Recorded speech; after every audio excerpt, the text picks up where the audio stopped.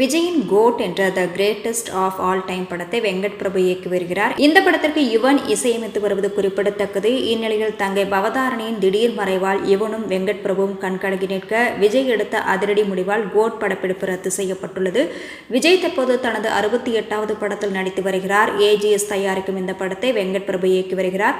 யுவன் சங்கர் ராஜா இசையமைக்கிறார். பிரம்மாண்டமாக உருவாகும் கோட் படப்பிடிப்பு சென்னை மட்டுமின்றி வெளிநாடுகளிலும் நடைபெற்று வருகிறது. அடுத்த கட்ட படப்பிடிப்பு இலங்கையில் நடத்த பிளான் செய்திருந்தார் வெங்கட் பிரபு. இதற்காக இயக்குனர் வெங்கட் பிரபு உட்பட கோட் படக்குழுவினர் இலங்கை சென்றிருந்ததாக சொல்லப்படுகிறது. இதனிடையே கோட் படத்தின் ஃபர்ஸ்ட் சிங்கிளும் விரைவில் வெளியாகும் என சொல்லப்பட்டது.